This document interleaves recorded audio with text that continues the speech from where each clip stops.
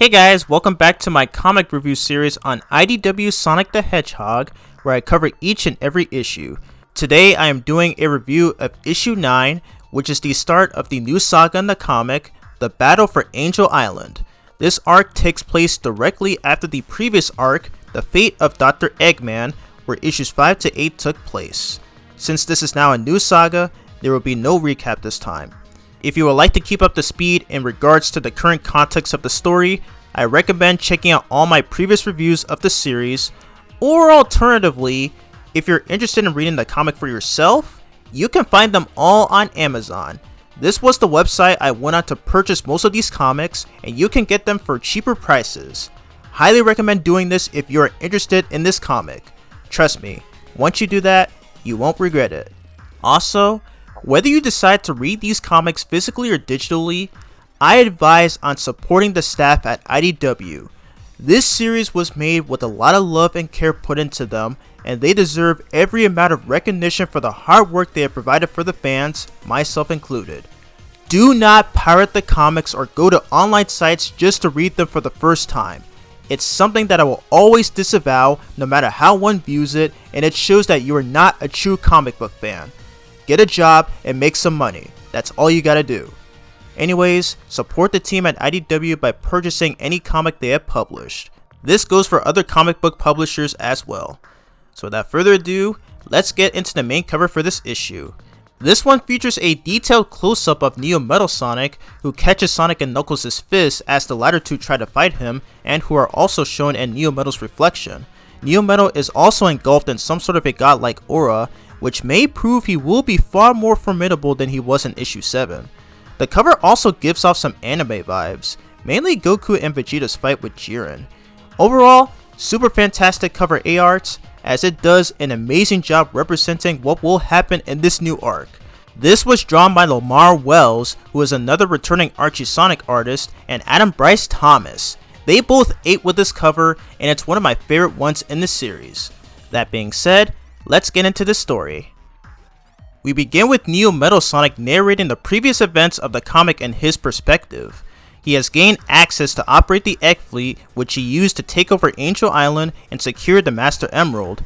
He successfully achieved this by tricking Sonic and friends into bringing him the last thing he needs for his ascension, and claims that he has won. For now. Also, we're already one page in, and I'm already loving this opening to the arc. Not only that, but in the very next page, a panoramic shot of Angel Island is shown. A first for the comic to do something like this, and we get to see a full view of the place, despite Neo Metal's takeover.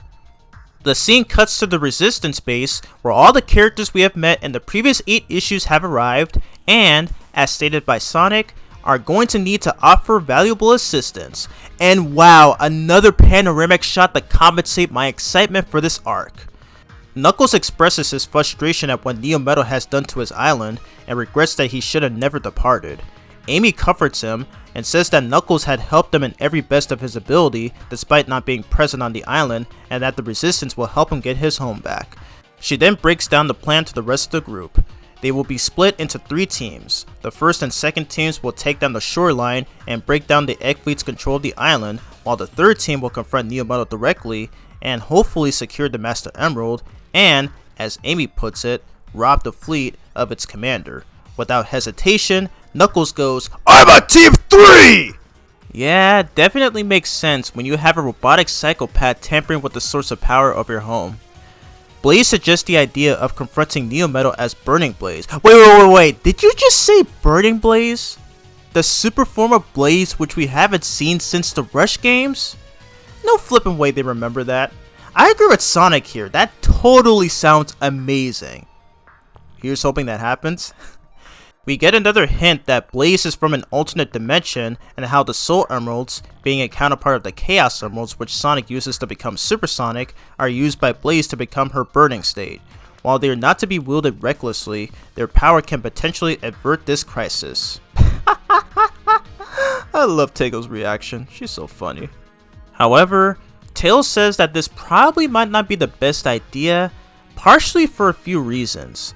The Master Emerald has the power to neutralize the Chaos Emeralds, and could likely do the same for the Soul Emeralds, though Knuckles reassures him that it cannot do that. Even so, Neo Metal could still copy Blaze's biodata and abilities, including the capability to harness her super form powers.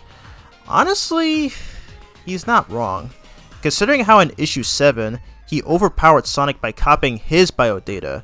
So yeah, it probably is for the best that Blaze doesn't confront Metal Sonic at all. I feel your pain, Blaze. That would have been a sick fight. Fortunately, Amy puts Blaze on Team 1 to ensure Neo Metal won't be near the fleets, Sonic and Knuckles will be on Team 3 to confront him, and the rest will be on Team 2.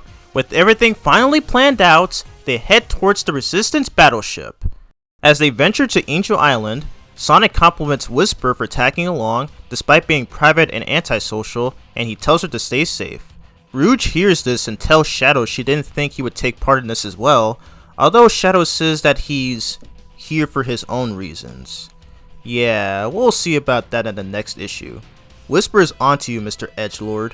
Speaking of which, Blaze sees Whisper and asks Amy if the Silent Wolf can be trusted, and Amy states that Whisper usually keeps her distance, similar to how Blaze used to be when they all first met, recounting the events of Sonic Rush.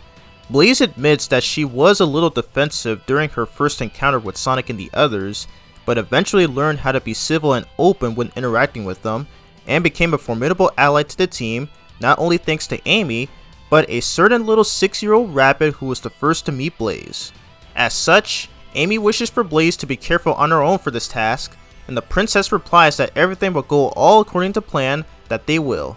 In the next scene, Tango, Silver, and the Chaotix are playing a game of cards. This features another good Tango moment in the comic, as she tricks Silver with some mind game questions, while sneakily using her tail to take one of the cards from Silver without him noticing. I love Tango so much. Vector persuades Knuckles to join in, but Knuckles refuses as he's very determined to protect his island and has to take his duty very seriously. I literally cannot stress enough how greatly they handled Knuckles in this comic. In the captain room of the ship, Sonic walks in and chats with Tails that he's very thrilled to see everybody participate and notes that they will be at Angel Island at any moment now. And surprise surprise, the battleship gets struck. Even Sonic knows that inconvenient events would always happen at the most heartfelt moments. After a quick observation, Tails realizes that the Egg Fleet is bombarding the aircraft. He tells Sonic to grab the extreme gear with Knuckles while he does his best to make a landing. Hold up! Did he just say extreme gear? From the Sonic Riders games? We getting some Riders love in here too? Yes we are! Let's go! As Sonic and Knuckles head down to the island with their extreme gears, Tails, who speaks to Blaze through the intercom, tells her that she must fly to the target while he has the battleship land on the west coast. Oh my god, she has the solar emeralds. Is she gonna do it?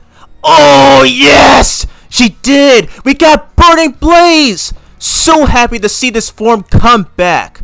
Man, they are cooking so hard.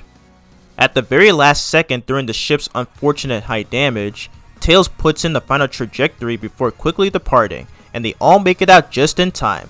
Love the Sonic Heroes callback with the Chaotix here. I love them so much.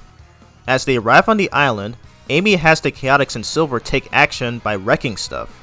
She notices Shadow not being present, with Rouge remarking that he's not one who would follow orders. Yep, just your typical Shadow fashion. He even said this in the Shadow 05 game. I take orders from no one. I do as I decide. Due to this, Amy has Rouge handle the guns instead. Then she has Tango and Whisper cover for Tails, while he does something smart. What? Come on, Amy, you should be able to make a way more explicit sentence than that. And once again, with the real superpower of teamwork, Team 2 begins to battle the entire Egg Fleet's horde of egg pods and cannons, all with one single panel to show the choreography of the fight. Meanwhile, Blaze, in her super state, flies towards the fleet of ships ready to destroy them. As she's about to fire, she expresses some admiration for her friends, who she's not had in her life for so long, and must do everything she can to keep them safe. As such, she charges up her version of a Kamehameha and blasts the ships. God, I love Blaze so much! Ah! Cutting to Team 3's progress, Sonic and Knuckles locate a giant Eggman statue positioned on top of a closed door, which has Neo Metal's face in between. Knuckles says that he's not able to sense any power due to the Master Emerald being cut off from him. Then he just punches the door and forces it wide open. Wow, that was far too simple than I thought it'd be.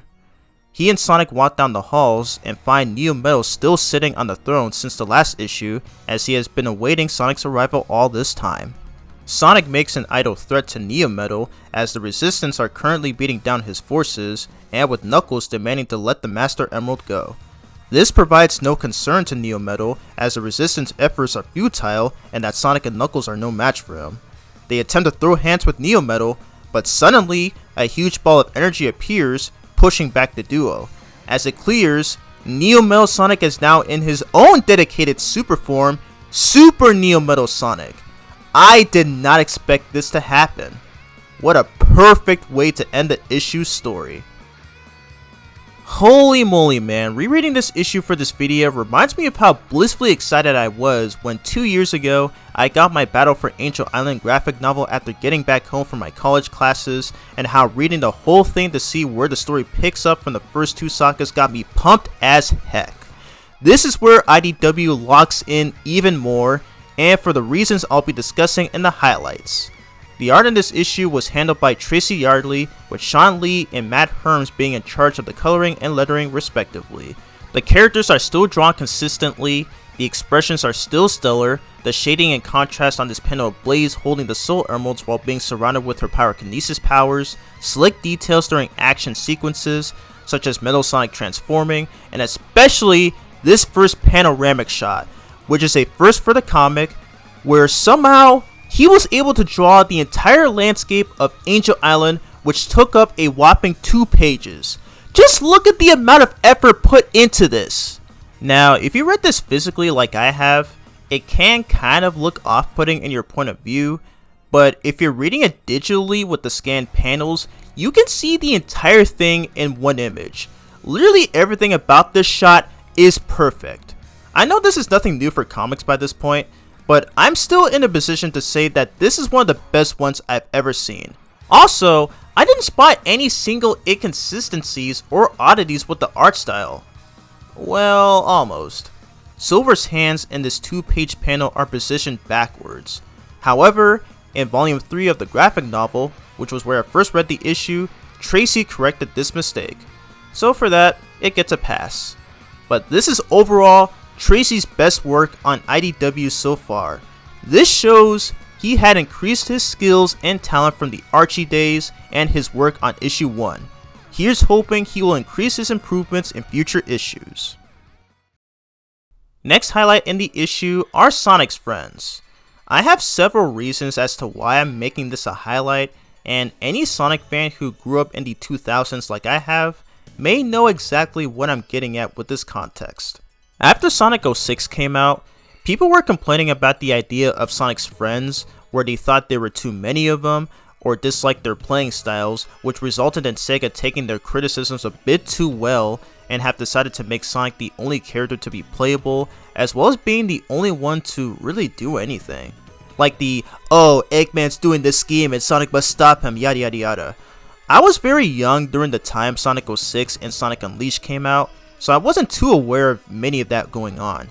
Realizing this a decade later, I kind of feel like people were just over-exaggerating. It was really not that deep looking back. Sure, we did have some terrible playstyles for some characters that even deterred players from finishing certain games, such as Big's gameplay in Sonic Adventure or Silver's gameplay in Sonic 06, which to this day still suck, and I'm obviously not defending them from being flawed. But even then, it really shouldn't be a discouragement for Sega to drop them completely. Since Sonic Colors, it was just mostly Sonic, Tails, and Eggman as the main characters, and nobody else mattered and were thus irrelevant to the plot. Even in Sonic Forces, as I stated in my last review, didn't have Sonic's friends contribute to much of anything, at least story-wise anyway. Sonic Frontiers did that so much better, it even had Amy, Tails, and Knuckles playable for the first time in a mainline game since 06, and this was something that I've wanted since the 2010s era. The IDW series, however, has remained consistent on properly using all these characters and made them have plot reasons for why they're here, as well as why they are popular in the first place.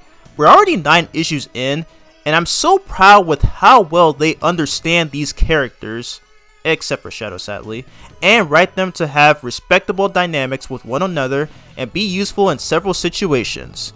Here are my favorite ones. The second 2-page panel where everybody we met in the last 8 issues are all present, which is another commendable move by Tracy. Tails looking out for Blaze, as her fighting Neo Metal Sonic could be a huge risk. Sonic comforting Whisper and giving her space. Amy and Blaze's conversation on how they met for the first time. Silver and Tangle's interactions while playing cards with the Chaotix. Knuckles still taking his job seriously. And of course, the never-ending unbreakable bond with Sonic and Tails. You don't see a lot of this in the games, and it once again shows that IDW gets multiple things right that the former does not.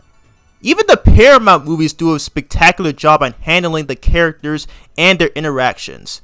Sonic Movie 3 does it the best, by the way. So case in point, I'm glad to see all these characters take part in a major event for a prime purpose with no sign of it being forced. It's definitely much better executed than what Sonic Forces ever thought it would accomplish. Next highlight is Blaze's super form, titled Burning Blaze. This was the form that Blaze attained in her debut game, Sonic Rush, by harnessing the power of the 7 Soul Emeralds, in which she has stated in this issue. In that game, and its sequel, Sonic Rush Adventure, she transformed with Sonic with the power of their own respective emeralds to defeat the contraptions of Eggman and the other Eggman from Blaze's dimension. This form is essentially her version of Super Sonic, being a powerful entity, has a high speed, grants immunity to most damage, and even gains some new moves.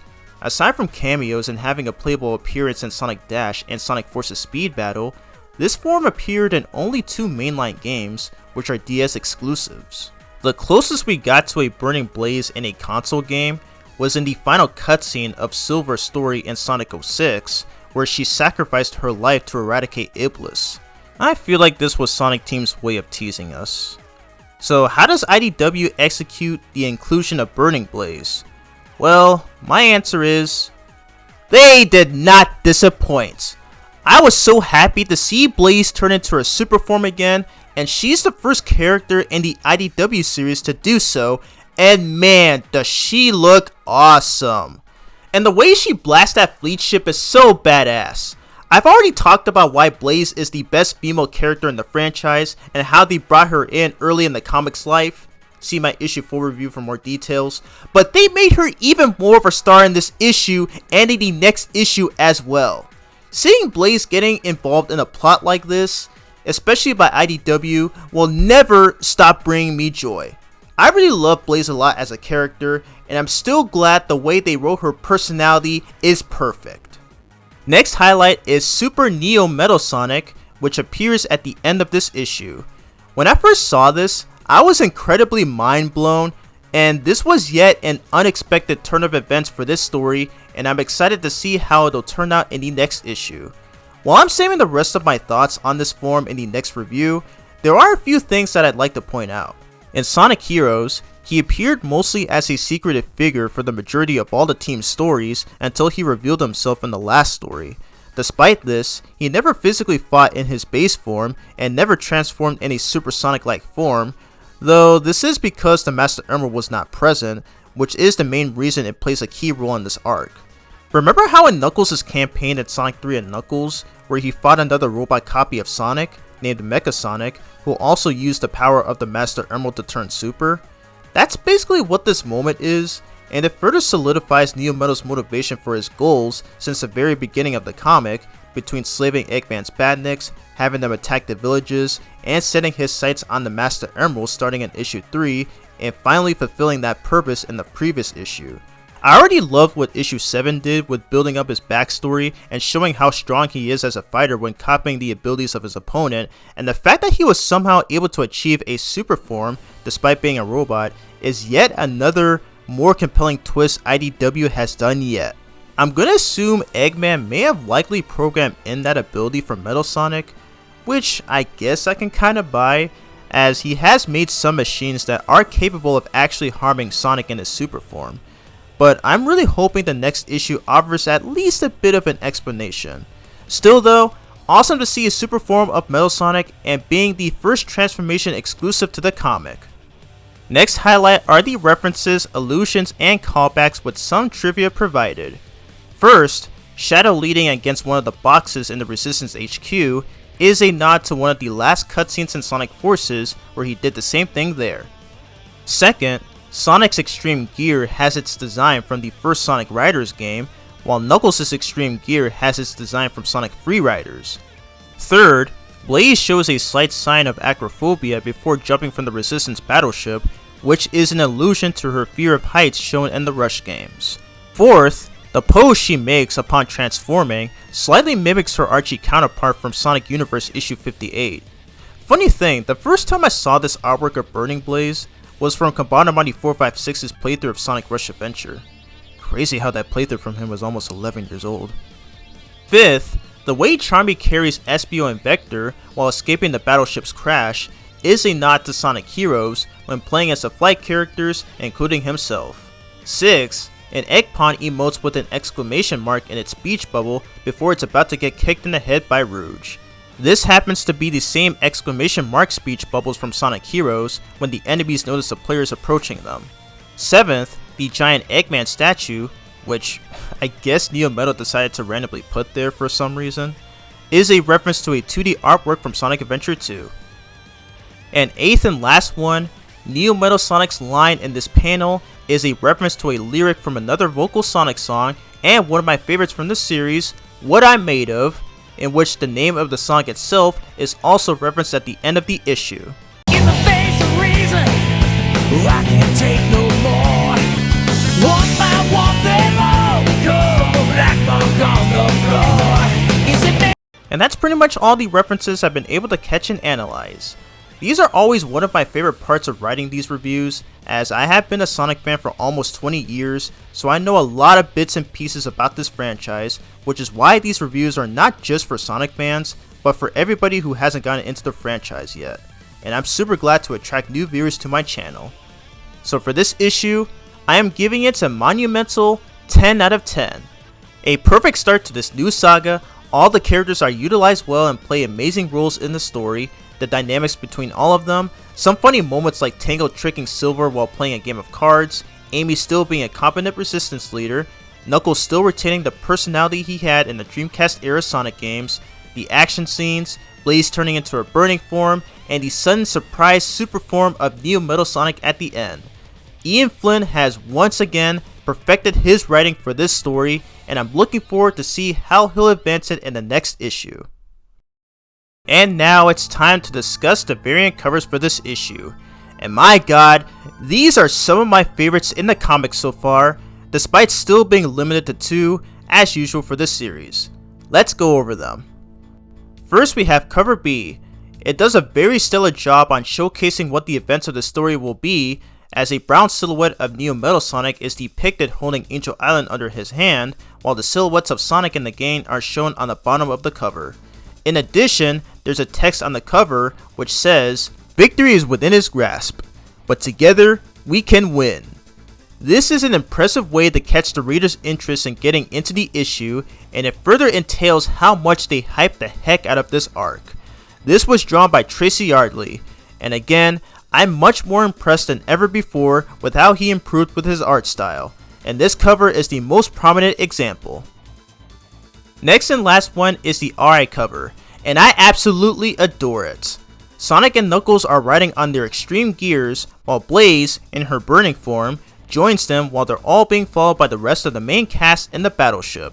Some of their expressions are pretty funny, like Vector nonchalantly listening to music, which by the way is a reference to his victory animations in Knuckles Chaotix and Shadow the Hedgehog, and Tangle's happy look. I love Tangle. Also in the cover are Omega, Gemroll, Cream, and Cheese included in the battleship as well, despite them not appearing in the issue. In fact, none of them show up at all in this arc, so it's kinda odd to have them included here.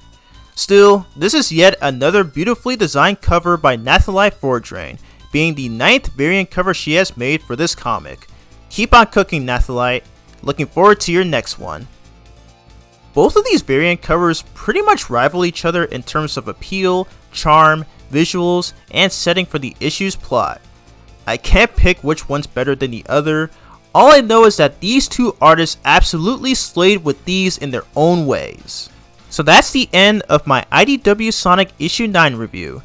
It continues to show what made IDW Sonic so great, and they somehow locked in even more by having every character we met in the previous 8 issues play their own major roles in this new arc, and I can't wait to see what happens next. If you made it this far in the video, thank you very much for taking the time to watch this whole review.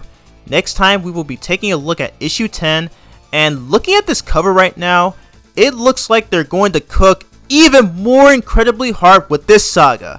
Cannot wait to share my thoughts on this one. Anyways, thank you all for watching. I'm Bronto75, and I hope you enjoyed the review.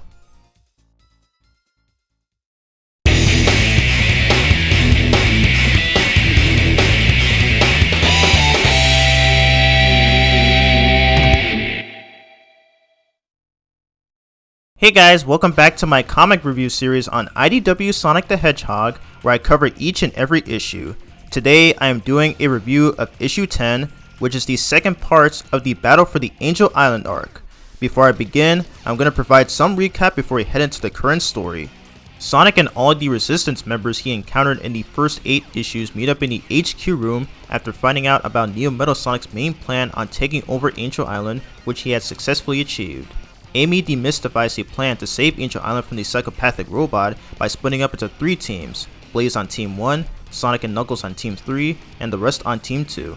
They hop on board to the Resistance battleship and eventually make it onto the island to carry out the task, and each team do their own respective work, which involves getting rid of the flagships and its inhabitants. For Team 3, however, things have gotten much more intense now, as Neo Metal Sonic has just transformed into Super Neo Metal Sonic, further proving that he's not going to be easy to take down. And it all leads up to this issue, where the fight will resume. The main cover for this issue, as usual for IDW standards, is very enticing and incredibly wonderful. All the heroes are shown in the foreground while depicted in unique poses and serious expressions, doing their best to save Angel Island from Neo Metal Sonic, who looms behind them in the background. And if it wasn't already obvious by the art style, this was made by Adam Bryce Thomas, who has previously made the cover A arts for the last issue. I've already commented on how amazing this man's art is in my previous reviews, so I don't know what else I can say about it that I haven't already said before, other than the fact that he's one of the best artists ever for the IDW series. With all that said, let's do the story analysis for issue 10. Neo Metal Sonic, now in his super form, goads Sonic and Knuckles into battle. Sonic shows a slight form of confidence of defeating him as soon as he figures out how to, while Knuckles exhibits annoyance at the fact that Metal Sonic is upgraded and can go super, which is cheating. Bro, I get your frustration, but this is a fight for survival, not a tournament contest. Neo Metal charges up an energy orb and launches it at the heroes, who barely evade it. Sonic promptly instructs Knuckles to secure the Master Emerald so that Neo Metal cannot absorb power from it as he keeps him occupied, with Knuckles replying that it's a dangerous risk and that Sonic might be crushed by Neo, but only if Sonic is capable of distracting him long enough, to which he puts it as, only if he catches me first.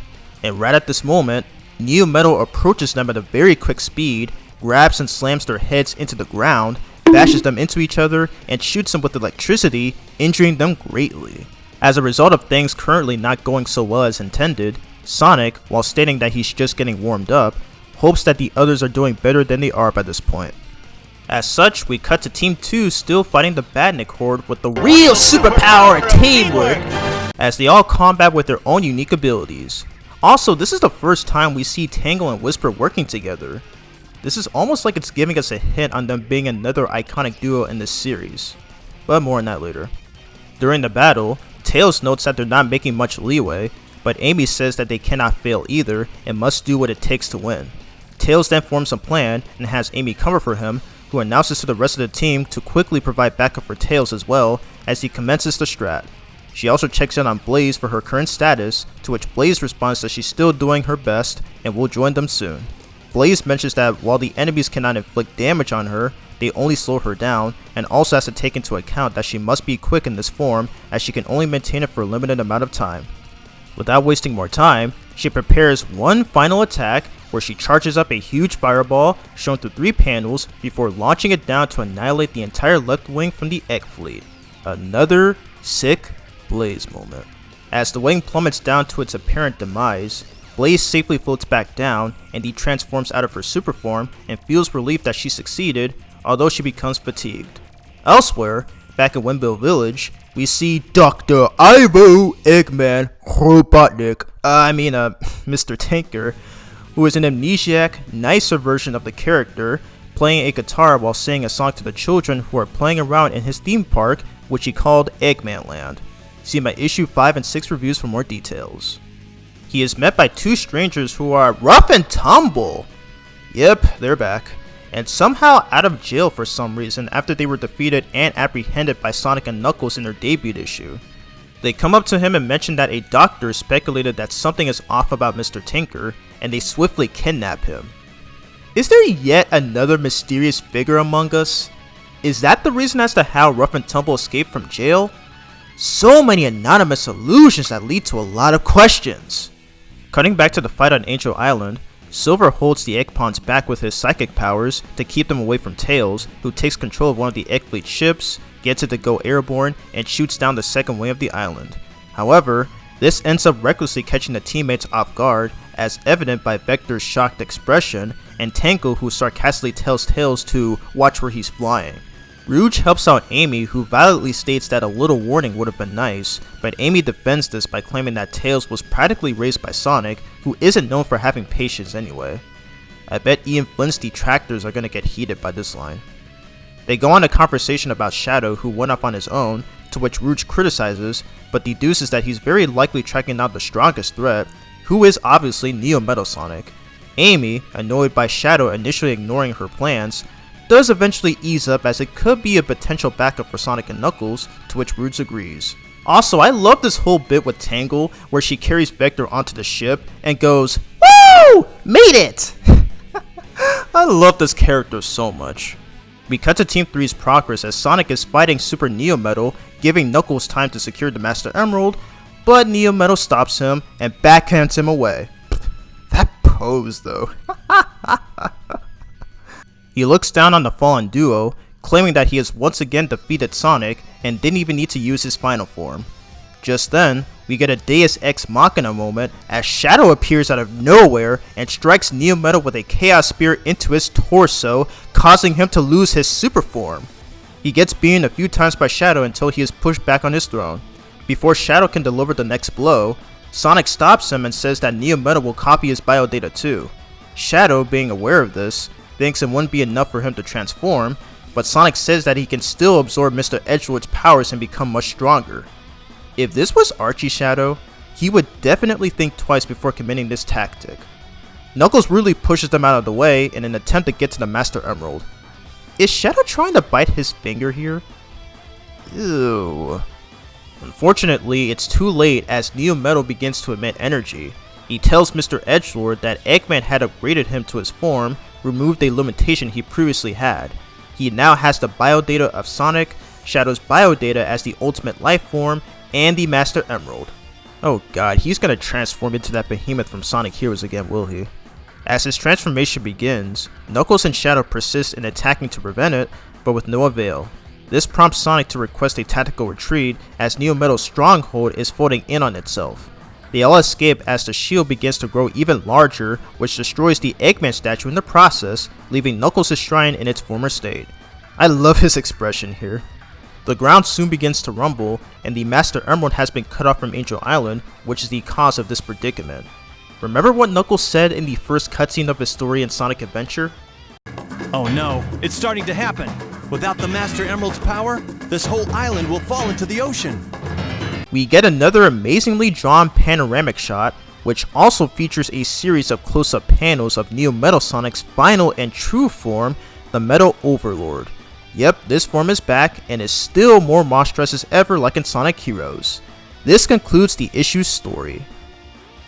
Like issue 9, rereading this issue for this video made me remember how hyped I was about reading this whole arc to see where the current story will pick up from the first two sagas by this point, and they still absolutely peaked here, and I loved every second of it. First off, this issue is the first in the IDW series to feature two different art styles, as not only did Tracy Yarley take part as the artist, but Evan Stanley steps in to take over at page 12, where Sonic and Knuckles continue battling Neo Metal, showcasing a shift between the already compelling art styles in the same book. The first time I read this 2 years ago, I was always flabbergasted on this random style change, as normally for the IDW Sonic series, at least at this point anyway, it's usually one artist who participates in doing the art for a single issue, then another takes over for the following issue.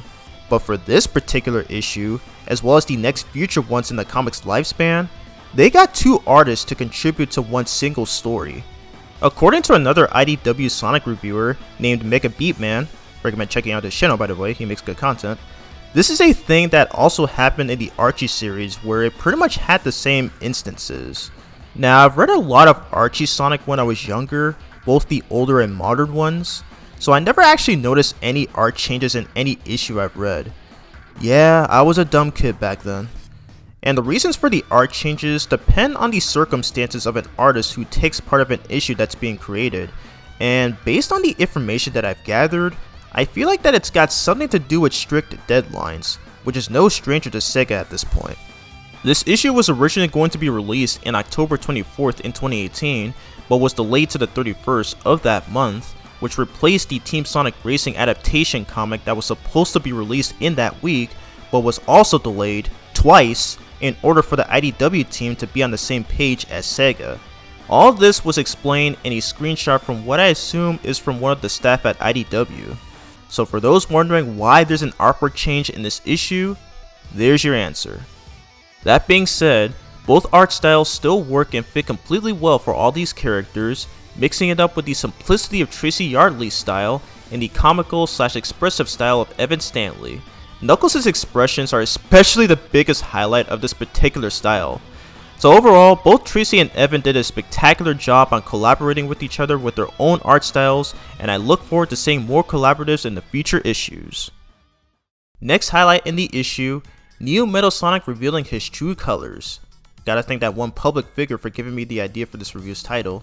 At the end of the last issue, he transformed into this form with the power of the Master Emerald. Unfortunately, there is still no factual explanation on how Eggman programmed this ability in for Metal Sonic, but there was at least a limiter he formerly had before it was removed. I wonder if that's the reason he was even able to go super. I know I'm likely wrong about this since I'm only just speculating, but you're free to correct me in the comments. Now let's discuss the pros and cons of this form. Pros. While the form is still a Super Saiyan-esque transformation, such as having more powerful abilities and granting high speed to outwit opponents, there are a couple of interesting moments about the form that I really admire, like how in this panel where he basically command grabs Sonic and Knuckles and drags them across the floor, which is very brutal even for Sonic standards. Also, is it just me, or does this remind anyone of the move Baby used against Vegeta in Dragon Ball GT while possessing Gohan's body?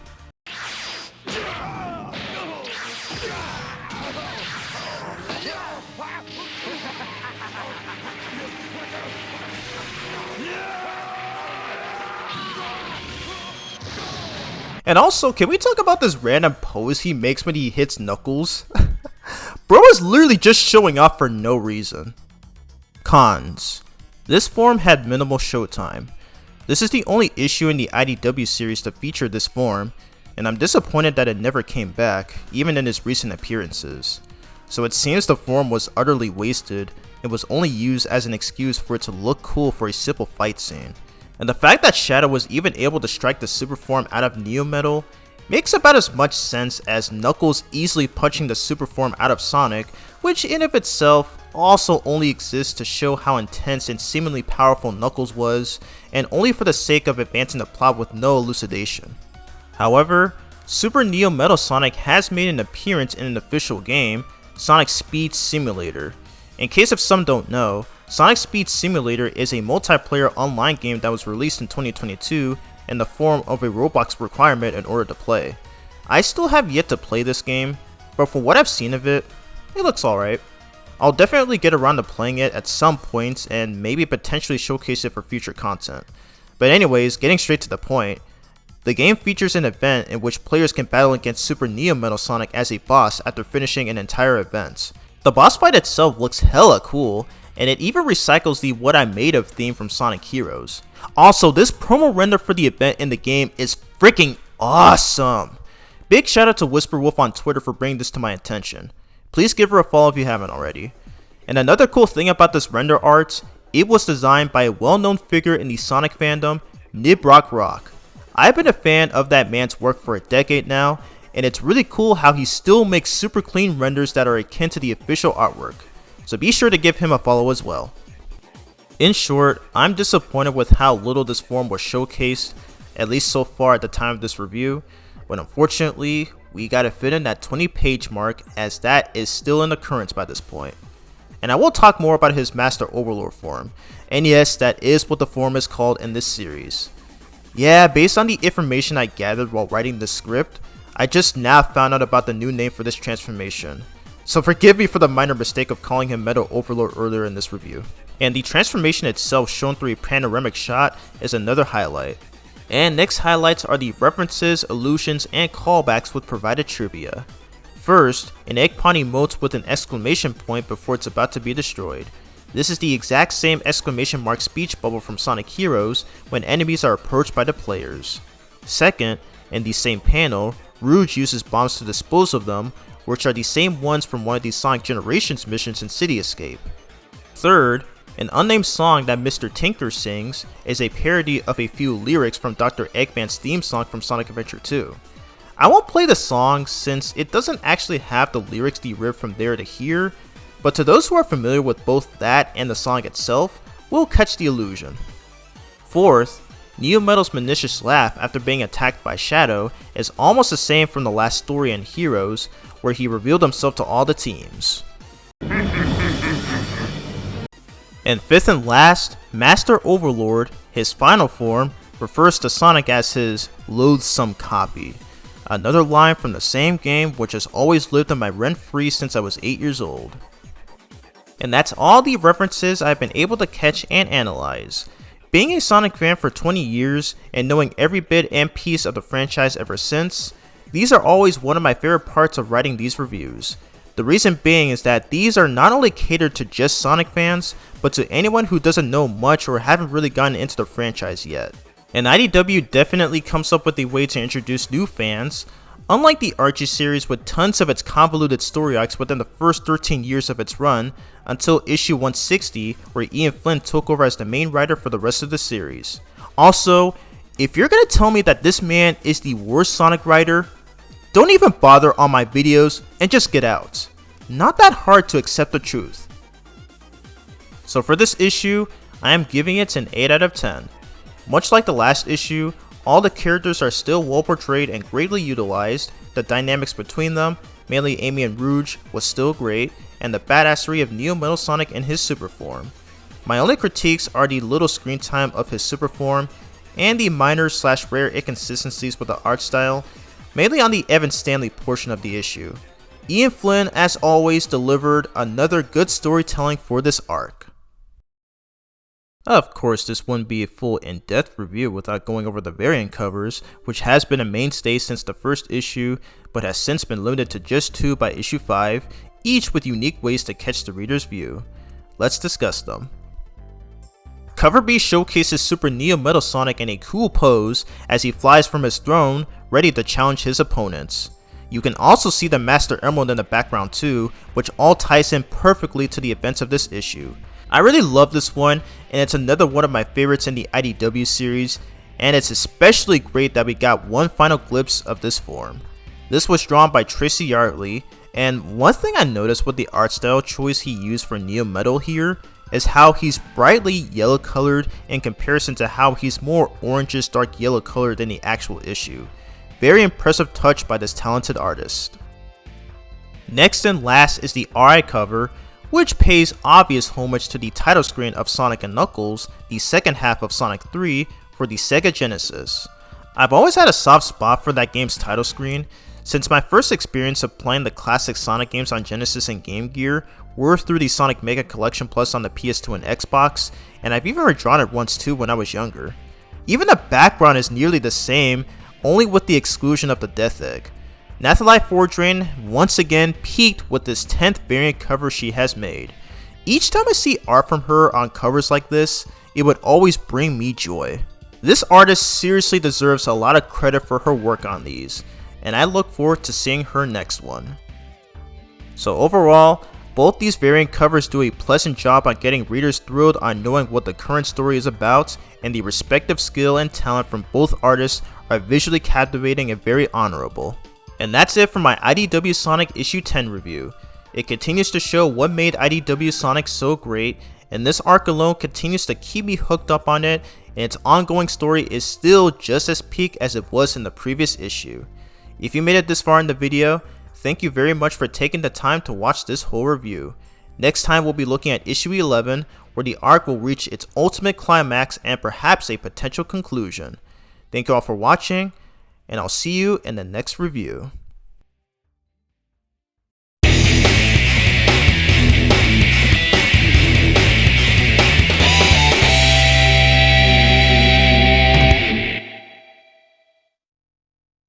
Hey guys, welcome back to my comic review series on IDW Sonic the Hedgehog, where I cover each and every issue. Today I am doing a review of issue 11, which is the third part of the Battle for Angel Island arc. Before I begin, I'm going to give you all a brief recap of the events leading up to this point.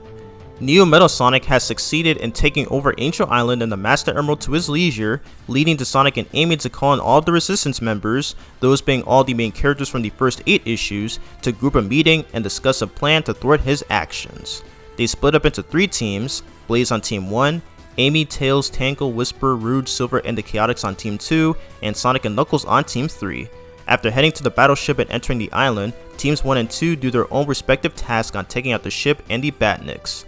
As for Team 3, things have taken a turn for the worse as Neo Metal Sonic has transformed into his own super form and easily dominates Sonic and Knuckles. However, he is sneak attacked in the torso by Shadow, causing him to revert to his base form. This causes Neo Metal Sonic to inherit the abilities of the Ultimate Life Form alongside Sonic's biodata and the Master Emerald. With all of them combined, he transforms into his ultimate form, Metal Overlord, or as officially dubbed in this comic, Master Overlord. While all of this was going on, Rough and Tumble, who have seemingly been freed from being apprehended in issue 3, locate Mr. Tinker, an amnesiac Dr. Eggman, in Windmill Village and capture him, while also asserting that a doctor knows something about him and could be the main reason for the Skunk Duo's return. And it all leads up to this very issue where the battle will conclude. The main cover for this issue is magnificently gorgeous, and it does a fascinating job on letting readers know the climax of this battle. Metal Sonic is shown in the foreground, going from original, base Neo, and his aforementioned ultimate form, albeit with gross saliva. Odd. Also on the cover is Dr. Ivo Eggman Robotnik, who will likely be part of the setting of the subplot of the issue as mentioned earlier as well. This cover was drawn by Jonathan Gray, and with Matt Herms taking charge of the coloring.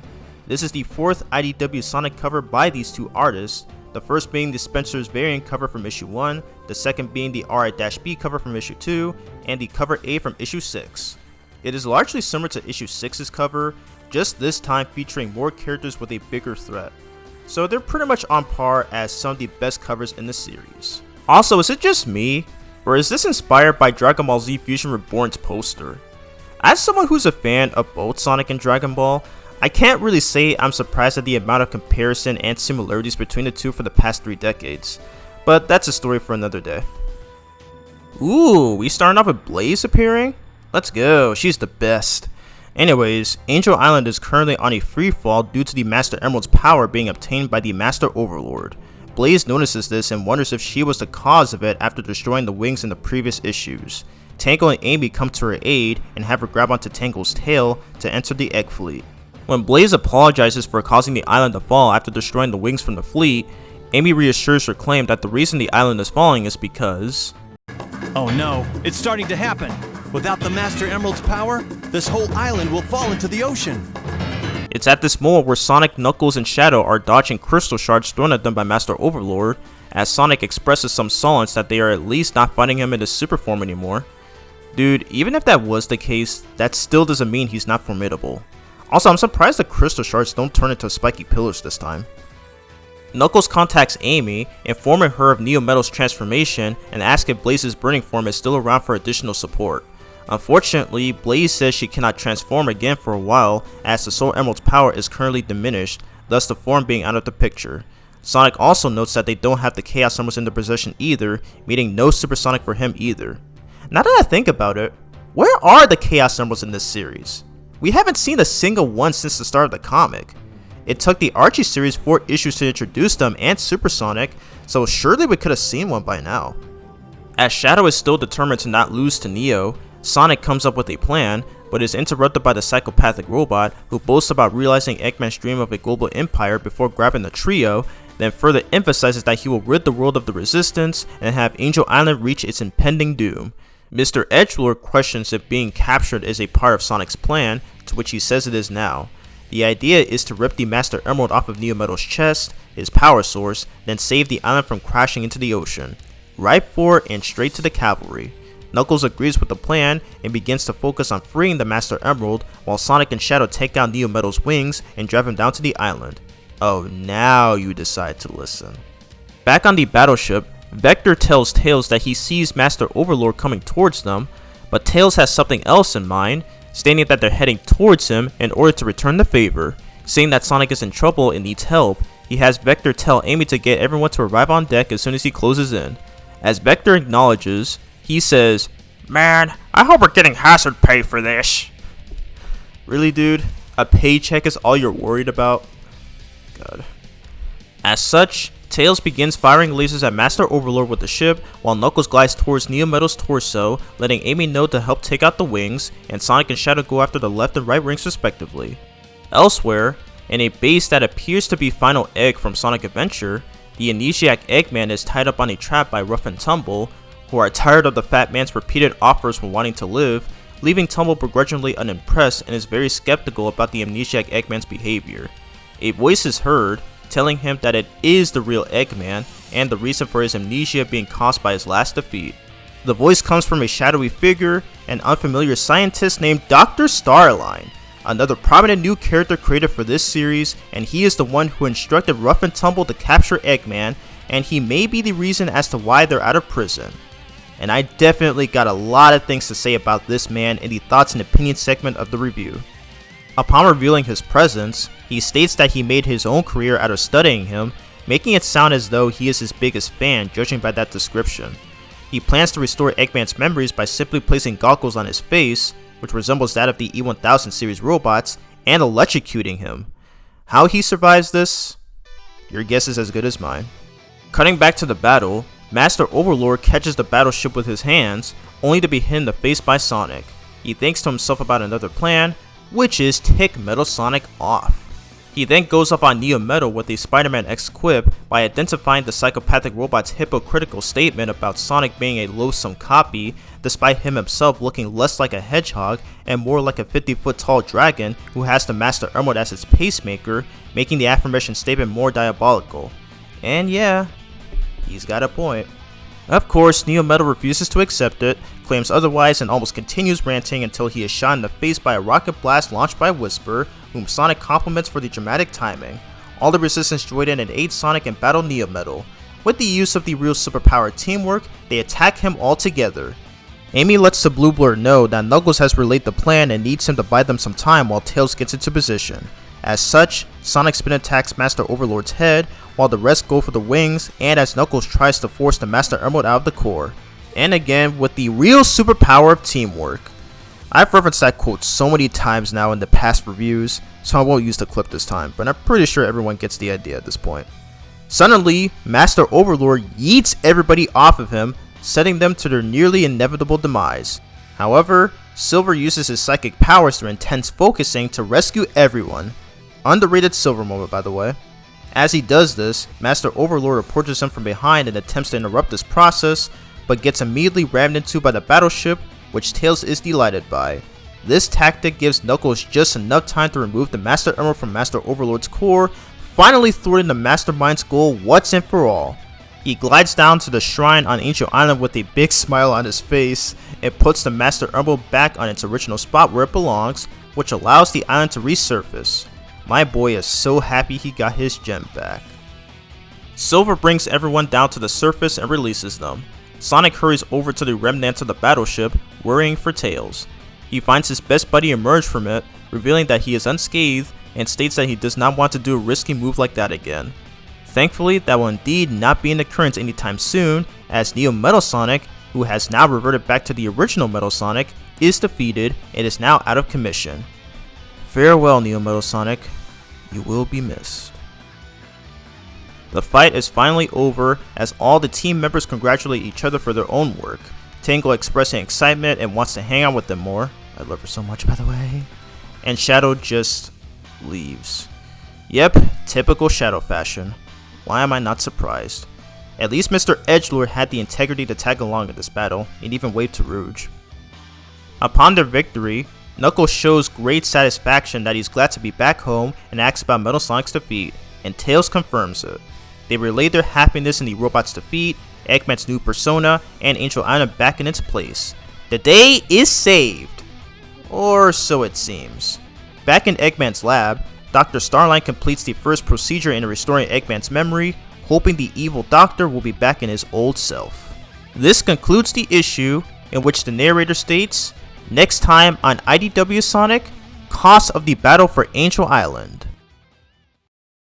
Once again, like the last two issues, rereading this issue for this video made me remember how optimistic I was checking out the rest of the saga after purchasing my graphic novel copy of it from 2 years ago, and I still enjoyed every moment of it, although there are a few setbacks. With that said, of course, let's go over the highlights. This issue's art style is more or less the same as the last issue.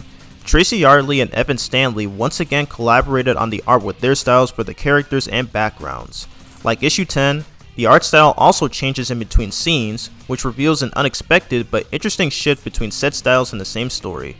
I've already given this approach its own discussion in the last review, so see that video for more details. However, they decided to up the ante with it by switching the art in a total of 4 times. Tracy has done the art for pages 1 to 6, then Evan takes a turn to deliver hers in pages 7 and 8, where Dr. Starline appears, then Tracy comes back in for pages 9 to 13, and Evan returns for page 14 and onwards. Think of it in games like Sonic Heroes, Sonic Advance 3, the Sonic Rush games, Sonic 06, the Sonic Boom games, Sonic Mania Plus, Sonic Forces, and Sonic Frontiers. All of those games have a distinctive mechanic incorporated by the designers to enhance gameplay, which involves characters working together. That's pretty much what Tracy and Evan were doing throughout the issue. They both took turns drawing for the issue's story, as if they were competing in a board game. It's such a good way to show that the staff team are content with each other when working on all types of media. I do have one mild nitpick about these style changes. I'm not a fan of how it switches for the 4th time in the very same scene. Tracy's art already looked fine at the latter part of the main plot with pages 9 to 13, but when it switches to Evan's style in page 14 where the battle is still going, it just looks a little bit off-putting after being used to the former's art style, especially as an artist myself. That's just a subjective stance on my end. I'm not saying it's a bad choice for them to do this, but I only wish Tracy did the rest of the A-plot story for pages 9 to 19 and have Evan do the last page of the issue. Looking back at the screenshot written by one of the IDW staff, they mentioned that Evan was drawing something cool and super secret in this issue. Gee, I wonder what that could be. I will be addressing it in the next highlight. So again, like the last issue, all the characters look great and superbly detailed with the simplicity of Tracy's art and the comedic / expressive style of Evan's art. Tails' expression when he hits Master Overlord with a battleship is hilarious, and the way Knuckles smiles while holding the Master Emerald as he glides down the Angel Island is probably one of his best ones yet in the comic. Said this before, and I'll say it again. I'm so glad they made Knuckles actually be a competent character compared to his recent game appearances at the time of this issue's release. This is how you're supposed to write this man. Even the Paramount movies got his character right. Anyways, props to Tracy Yardley and Evan Stanley for once again working with each other on this issue story. Hope to see more artists do the same in the future stories. Next highlight in this issue is Dr. Starline, another prominent new character created exclusively for this comic and the first original main antagonist in this series. Like Tangle and Whisper, Starline's creation was conceptualized by Ian Flynn, who reveals that he took inspiration from a rare glitch that can be found in Knuckles Chaotix, which oddly has asterisks for a name, but has since been dubbed as Weknia by fans. This glitch involves a random unknown character who is a recolored version of Knuckles with a silver white skin, red strands on his dreadlocks, and red eyes. To get this character to appear, you have to go to the options menu from the title screen and select color test. There are 3 pairs of 00 that are surrounded by less than and greater than signs. Then you will have to put in the exact values. The full cheat code is mentioned by the Sonic News Network website if you're curious about wanting to input it. If done successfully, you'll have access to the game's debug mode along with the level select. There you will see the asterisk, which is the glitch character, Weknia, and upon selection, he will spawn in a chosen level. I will recommend checking out Cybershell's video on Knuckles Chaotix for more information, as he perfectly delves into the history of this leftover design. So Weknia ended up becoming popular within the fanbase as there were tons of fan arts made about him. Ian Flynn appeared to be fond of this design leftover and decided to incorporate it for Starline and 2 other characters, which he mentioned in a tweet from 2021. He briefly elaborates this in 2 podcasts and confirms the truth of the entire inspiration for Starline. And there's that other famous palette glitch, the Wekidna, also known as a line of stars. Yeah. With his white and red palette being a monotreme. Yeah. I wonder if there's any correlation or plans to be had there. Uh-oh. Uh-oh. I've said too much. Uh-oh. Let's go. Here we go. Here's the first one. Was Dr. Starline and his name based on the glitch character Weknia and his in-game name, 10 star characters, since it is basically a line of stars. Yep, that's exactly it. All right. He eventually shares this concept idea to Evan Stanley to create a design for him to fit these attributes. According to the latter, Dr. Starline was made as a spiritual successor to the previous Echidna villains, those being Dr. Zachary from Sonic the Comic and Dr. Fenativis from the Archie series, who are also inspired by the Weknia glitch from Knuckles Chaotix. She has also cited Jareth, the Goblin King, and Michael Jackson's appearance in the Thriller music video as extra inspirations for Dr. Starline, as well as his tuxedo being based off of Mike Pollock's infamous purple shirt he would wear at conventions. The Sonic News Network website has shared tons of early concept artwork of Starline, and you can see what both Ian and Evan were envisioning. After the design was finalized, Dr. Starline has come and has made it into the series as the first true original villain. I now see what Evan meant when she said, "something cool and super secret" from the screenshot alone. His introduction in this issue was handled perfectly. His anonymous mention and the subtlety actions, such as in this case where he has Rough and Tumble kidnap Eggman, was yet another twist the series has done. I also love his design. He reminds me so much of Perry the Platypus, seeing as how they're both the same species, are skilled in secrecy, and highly intelligent. However, Dr. Starline has completely different motives when it comes to his sinister personality, seeing as how he tries to restore Eggman's memories in a rather harmful way. At some point before the events of the comic, Starline had become fascinated by Eggman's brilliance, charisma, and tenacity, hence his statement about making a career after studying him. This is all we know about him so far, but it will be explained more in the next issue. So for this reason, I'll be saving my overall thoughts on him when I review that issue. But so far, I like Dr. Starline, and it's great that we have another new villain who wasn't a recurring character from a recent game. Much like Rough and Tumble, he's a good addition to Sonic's new cast of villains, and I look forward to his future roles in this series. Next highlight is Neo Metal Sonic's ultimate form, Master Overlord, which was originally named Metal Overlord in Sonic Heroes. In that game, he transformed into this form by copying data from all the teams, with the exception of Team Chaotix, as well as Chaos data from Froggy. He fights each team separately in a 4-phase boss fight, with the final one depicting him in his powered up state, in which Team Supersonic pursues and battles. It's to this day one of my favorite final bosses in the entire series, both in gameplay, story, and music. After his defeat, he reverted back to the original Metal Sonic, although he was still capable of speaking for a short period of time. For over 2 decades, this was the form's only real appearance in the mainline games, as he's had cameo appearances in other titles. However, he makes an unexpected return in Shadow Generations as the second boss. It's also one of my favorite bosses in that game. Feel free to check out my one-shot video and a recent livestream on the game.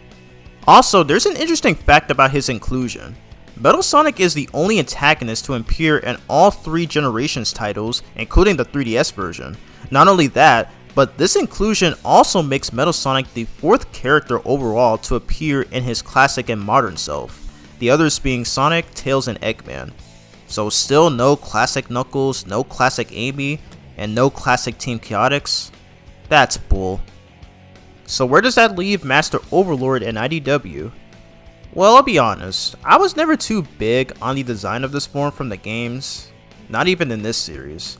It also doesn't help that the redesign is pretty lackluster. They decided to give him knife-like spikes on both sides and bottom to make him look more intimidating and is slightly smaller, whereas the original design looked like it had more depth to it. I know some might disagree and prefer the simple look for Master Overlord, and that's completely okay. I will respect it. In terms of personality, he's more or less the same, still constantly boasting about ruling the world in Eggman's place and mentioning that he's the real Sonic, which is obviously false. I see where Sonic was going through with his plan to point out his narcissistic behavior. His defeat was kinda anticlimactic, and it happens the exact same way as in Heroes, with the only difference being Metal Sonic no longer speaking as soon as he reverts back.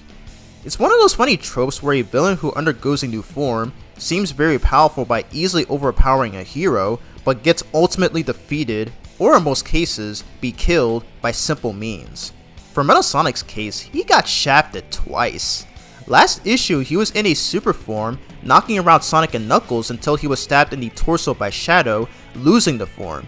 And here he undergoes this transformation, which is already basically in the game, albeit with a different method of acquiring data, but is defeated again by simple means. And I feel the reason why this happens is because he let his guard down like an idiot. And what's sadder is that this is the final appearance of Neo Metal Sonic. For the rest of the IDW series, Metal Sonic is going to be in his normal state, meaning that he can no longer speak. I've stated this in my issue 7 review, but I still love what they did with him by making the build up to his motivations very subtle and incorporating a plot element from Heroes to further compensate for it all. But none of it matters now since we have Dr. Starline who attempts to bring back Eggman's memories, which may make Metal Sonic irrelevant as a main villain at this point, especially after 11 issues. Once again, rest in peace, Neo Metal Sonic. You will be missed. One last highlight are the references, allusions, and callbacks, although there's not that many to go over in this issue, and I've already spoken about 2 others in the previous 2 reviews, but there is one worth discussing.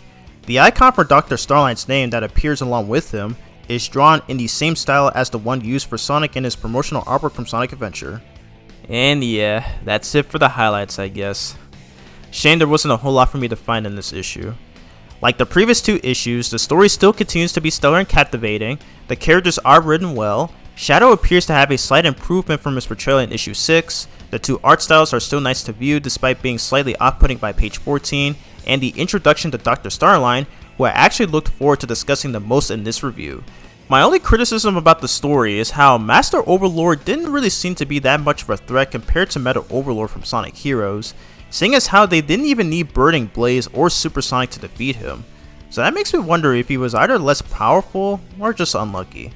That's for anyone watching to decide what they think happened. With that said, I will be giving this issue a 7 out of 10. As always for the IDW series, we get 2 variant covers designated for the issue, which give readers an alternative way of reading the comics, or be like me and purchase the graphic novels where almost all the covers for the issues are added, but that's besides the point. Let's go over these covers. Cover B represents the main setting of the issue's plot, as Sonic, Shadow, and Knuckles are fighting Master Overlord, shown in the latter's perspective, similar to the second convention exclusive cover from issue 7. There is a subtle reference in the bottom left of the cover, which says, Sonic, Shadow, and Knuckles. This is a reference to the well-known and Knuckles meme, catered by the internet audience since the 2010s. Even Sega loves it so much, they put it as a mode in Sonic Mania. Another reason why I love that game. Also, I wonder if they were trying to reference the knock knock is Knuckles when Sonic knocks on Master Overlord's face. I always thought that was funny. This was drawn by Lamar Wells and Adam Bryce Thomas, being the second cover they have created together, the first being cover A from issue 9. While this cover is not one of the best, it is still visually enthralling. Props to both Lamar and Adam for this. Next and last is the RI cover, done once again by Nathalai Fordrain. This sees Sonic and Shadow basically aura farming by mimicking their similar poses from the opening cutscene of Sonic Adventure 2 Battle, which has since been an iconic shot that has been used in future games and media, including the Sonic 3 movie. The only difference is Master Overlord's eye replacing the sun. You won't be able to tell such a thing until you look closer behind them. Also, I feel like this was made to please the Sonado shippers. As much as I don't care for the clearly dumb gay relationships people love to make about them on Twitter, there are times where I find it genuinely funny. That's the Sonic fandom for ya. And once again to Nathalide, she has eaten good once again with this cover, and I look forward to discussing her next one from the next issue. These covers are probably one of the most underrated in the comic, and I feel like people don't really speak on them often. The RI cover is most definitely one of my favorites, and I put it on an A tier list. I need to know if someone has made a tier list of every IDW Sonic cover so that I can make a full listing out of it. If anyone knows, tell me in the comments. And that is it for my IDW Sonic issue 11 review. It continues to show what made IDW Sonic so great, and this arc, despite some issues, is still amazing and a good send-off to the entire Neo Metal Sonic saga for 11 issues. But it's not over just yet, as we still got one more issue to end it all and lead to an all-new saga now that Dr. Starline has come into the picture. If you made it this far in the video, thank you so much for taking the time to watch this whole review. Next time we'll be taking a look at issue 12, where it will follow the aftermath of this battle. Thank you all for watching, I'm Bronto75, and I'll see you in the next review.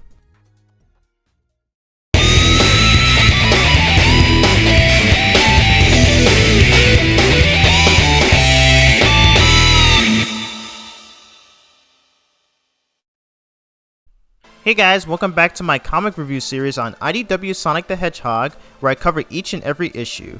Today I am doing a review of issue 12, which centers around the aftermath of the Battle for Angel Island arc, now exclusively titled The Cost of the Battle for Angel Island. As usual, I'm going to provide some recap of the events leading up to this point. Neo Metal Sonic has taken over Angel Island and the Master Emerald in his possession, prompting Sonic and the game to group up and form into 3 teams. Team 1 consisting of only Blaze, Team 2 consisting of Amy, Tails, Rouge, Silver, Tangle, Whisper, and the Chaotix, and Team 3 consisting of Sonic and Knuckles, with Shadow eventually joining in for additional support. After losing his super form in the process, Neo Metal Sonic begins to transform into his final form, Master Overlord, and attacks the Resistance. With the real superpower teamwork, all teams work together to retaliate against the Behemoth. After a significant struggle, Tails manages to ram the battleship into Metal Sonic, distracting him and giving Knuckles enough time to push the Master Emerald out of the core, defeating Neo Metal once and for all as he reverts to his original state. During all of this, an unfamiliar figure named Dr. Starline appears, who had employed Rough and Tumble, the 2 skunk mercenaries, to kidnap Mr. Tinker, who is the amnesiac version of Dr. Ivo Eggman Robotnik. After claiming he has made his own career after studying Eggman, he places goggles on his face and electrocutes him, hoping to bring him back to his villainous self. And it all leads up to this very issue, where it will explore the aftermath of the Metal Sonic fight and uncover more about Dr. Starline's true motives. The main cover for this issue features something shockingly new for this series. Sonic himself is not present in the cover, marking the first time he is not featured on a cover A art. Instead, it shows Metal Sonic, who is depicted being restrained by change in a seemingly dark room. This was drawn by Evan Stanley, and the coloring was handled by Matt Herms. The cover itself reminds me of that of issue 39 of the Archie series, which already looked pretty menacing, but this one takes it on a whole new level, where Metal Sonic stares into your soul in a very frightening way, almost as though it's a jump scare moment. I would be freaked out too. The plot starts up with what exactly the main cover revealed, as Tails is the one who has Metal Sonic restrained in chains, and that the seemingly dark room was actually a hidden laboratory. Tails confirms that Metal's abilities have been reverted to normal after being disconnected from the Master Emerald. Now that his necessary repairs have been finished, Tails asks if Sonic is sure if it's okay to reactivate him, to which the Blue Blur replies, stating that the odds are on their side, and Tails actuates Metal Sonic. Upon waking up, Metal Sonic sees Sonic, breaks out of the chains, and almost jumps him, but collapses due to being heavily weakened, and Sonic catches him, who likely predicted that this could happen. He tells the bot that the battle between them is officially over, Eggman is now out of the picture, and that he doesn't owe him anything anymore. He decides that it would be best if they could call a truce, hoping Metal will change, live his own life, and that they don't necessarily need to see each other again as long as no harm is done. However, the stubborn Metal Sonic is clearly not interested in any of that and instead responds by aggressively slapping Sonic's hand and immediately takes off. Tails asks if he's alright and wonders why they shouldn't go after the robot.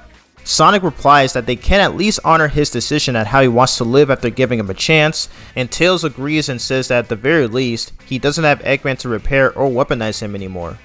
Alright, we're 3 pages in and there are already a few things wrong with this scene. 1. Sonic clearly has not learned from the events of issues 5 and 6, where he initially didn't trust the amnesiac Eggman at first, but immediately changes his mind later on. Then when Shadow shows up and tries to kill the man, and when they fight, Sonic makes very erroneous excuses and even went as far to compare him to Eggman, which is very messed up on his behalf. 2. Why is he once again giving an enemy a second chance? Like, come on Sonic, you saw that Metal was about to jump you before falling down, meaning that he could still be a threat. 3. Why don't you keep him shut down permanently? Or better yet, destroy him completely? What if he ends up finding Eggman or some other person who's also capable of repairing now that he took off? You're literally making a big mistake. Normally I'd save this rant for the thoughts and opinions segment, and I will eventually, but I felt the need to bring it up now since this was the first thing I found to be very nonsensical. Meanwhile, in Final Egg, Dr. Starline is shown to be distraught as his attempts to restore Eggman's memories have failed after 3 sessions. Wait, so you electrocuted him 3 times during those sessions? He should be dead! Anyways, after all the failed attempts, the amnesiac Eggman starts gravitating to his old machines. Ruff is also tired of this and tells Starline about the promise he made to them that if they found Eggman, he'd make weapons for them as part of the deal after the former spun them from jail. Well, there's my answer as to how they're out of prison. Tumble states that they're gonna need serious firepower in order to take revenge against Sonic, which is why they requested weapons during the deal. Dr. Starline then assures them that he will continue trying to restore Eggman's memory so that they'll get their weapons, suggesting that he might need some emotional or mental triggering. I feel like that last part might be true. During this moment, Orbot and Cubot are hiding behind a crate while listening to the conversation. They come up to him, and Cubot tries to get him to dismantle him and Orbot, while Orbot suggests that Eggman should review a list of eldritch creatures that he may want to resurrect and lose control over. Okay, that has to be one of the best jokes in the comic. That was good. They are thus confused by Mr. Tinker's genuine comments, as Orbot wonders if they even want the old Eggman back. Suddenly, everyone hears a loud screeching noise coming towards the location, and it just so happens to be Metal Sonic. Oh boy, this is not good. Mr. Tinker approaches him and is about to repair him, and this happens. His memory gets triggered, and we get a brief flashback of Eggman repairing Metal Sonic, assuming this was after the events of Sonic Heroes, which makes no sense considering all the events that had happened before this point, that he suddenly remembers, and it causes him to snap out of his Mr. Tinker persona. Yep, Metal Sonic's presence was enough to do away with Eggman's amnesia and restore his memories, and through mere coincidence no less. Now that the mad scientist we know and don't love is back, he demands everyone around him to tell them who they are and why he's in a handyman getup. Dr. Starline, who is very joyful that his plan finally succeeded, introduces himself to Eggman and is a deep admirer of his work. Eggman acknowledges while he has Metal Sonic get on the table and orders Orbot and Cubot to get him real clothes. Starline explains the full reasonings for Eggman's current condition due to his memory loss after the battle with Sonic and the Resistance members. He ended up in a remote mountain village, which is called Windmill Village, and Starline located him there using his own methods and had his subordinates, Ruff and Tumble, rescue him and bring him here. As soon as Eggman asks who they are, the two skunks introduce themselves by doing their Guineaverse wannabe poses and calling out their own names. Of course they're going to do this again. It was already ridiculous when they did it in issue 3, so I don't blame Eggman and Starline for viewing them as idiotic weirdos. Though after Starline tells him that they're just as resentful for Sonic as he is, Eggy Boy decides to offer them destructive devices against the Blue Rat, which delights the Goofy mercenaries. Speaking of Goofy, what's up with Ruff's face? Orbot brings in the curtains so that Eggman can change into his regular outfit. As he does this, he asks Starline how he managed to get him back to his old self. Starline replies by explaining that he administered neurostimulants and aggressive hypnotherapy, which by the way would have failed if Metal Sonic didn't show up here. He also mentions an object called a warped topaz, a rare and unique gemstone that he acquired, which he spent his entire career researching. He elaborates that the warped topaz can warp through space to create gateways, meaning portals, to other places where the user can teleport to with a power source provided. It also has capabilities that are different from that of the Chaos Emeralds, and perhaps the Soul Emeralds even. Eggman passes up on it, stating that he's had his fair share of strange new magic stones. What new magic stones? You've only ever used one! Starline then reveals the real magic stones he had secured that Eggman has more experience with, and they are the Chaos Emeralds. Well, that answers my question from the last review. Dr. Starline had all 7 emeralds this entire time, and he's apparently better at finding them than Sonic and company are. This delights Eggy Boy, and he now accepts Dr. Starline as his new lackey. I guess Starline's career out of studying his idol really paid him off after all. The scene cuts to the hero's current progress on Angel Island. Sonic checks in on Knuckles, telling him that the island is safe and is completely intact. He also says that Tails is able to get the battleship up and running again after hitting Master Overlord with it, and everyone is on board, ready to head back to the Resistance HQ. Knuckles decides not to join them, and chooses to stay on the island, remembering that he still needs to take his duties seriously by guarding the Master Emerald. Makes sense considering all these shenanigans that have happened up to this point. Sonic offers to him that he can always keep in touch if he gets lonely, but Knuckles thinks that Sonic might bring trouble to his island and get him involved as well. Sonic reminds him about being the leader of the Resistance, more importantly, remotely leading them. Knuckles thinks about it for a few seconds, but he considers it disbanded as he sees no point in forming another Resistance now that Metal Sonic is the least of his problems. Sonic accepts Knuckles' decision and leaves with a casual goodbye, in which Knuckles responds by nonchalantly going, "Whatever, get off my island." I love how chill he is throughout the scene. I love IDW Knuckles so much, bro. He'll always be goated in my eyes. Sonic runs back to the battleship and meets up with Amy and asks her, "What you doing?" Amy is currently taking inventory for what's left on the ship, which are tons of raw materials that could provide usefulness for reconstruction efforts. She notes that this will make Knuckles mentally bored, which is why she is doing this on her own. Sonic ultimately breaks it to her that Knuckles had just declared that the Resistance is disbanded, much to her annoyance.